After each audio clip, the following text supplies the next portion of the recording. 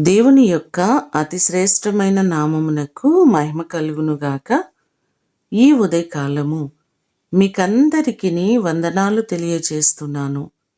ఈ దినము మిమ్ములను బలపరచు దేవుని మాట ఆశీర్వాదమునకు వారసులౌటకు మీరు పిలువబడితిరి.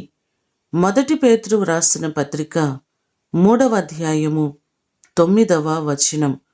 ఆశీర్వాదమును పొందుకొనుటకు ఆయన మనలను పిలిచారు. పాపములో శాపములో నలిగిపోయి ఎంత కష్టపడినా ఆశీర్వాదము పొందలేక కృంగిపోతున్న తరుణములో దేవుడు తన కృపచేత మనలను ప్రేమించి శాపము నుండి విడిపించి కృపచేత రక్షించి ఆశీర్వాదమునకు వారసులనుగా మనలను చేశారు. ఇది ఎంత గొప్ప ఆధిక్యతండి! ఆయన మనలను ఆశీర్వదించడానికి ఇష్టపడుతున్న దేవుడు. కీర్తనలు 37వ కీర్తన 22వ చరణంలో చూస్తే, యెహోవా ఆశీర్వాదము నొందిన వారు భూమిని స్వతంత్రించుకొందురు అనే మాటలు మనకు కనబడుతున్నాయి.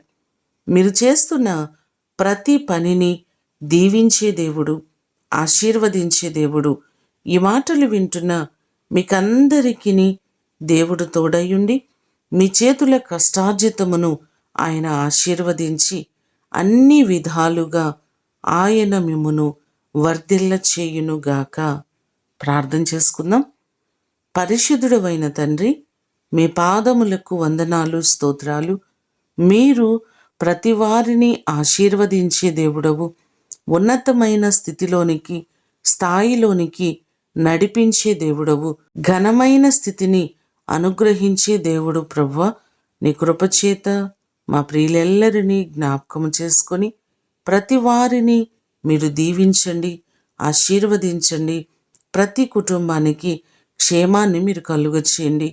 వారికి ఉన్నటువంటి ప్రతి ఆర్థిక సమస్యలన్నిటి నుంచి విడిపించి సమృద్ధి అయిన దీవెన, ఆశీర్వాదము ప్రతి వ్యక్తికి మీరు అనుగ్రహించమని యేసు నామమున అడిగి వేడుకొని పొందియున్నాము తండ్రి. ఆమేన్. దేవుడు మిమ్ములను దీవించునుగాక.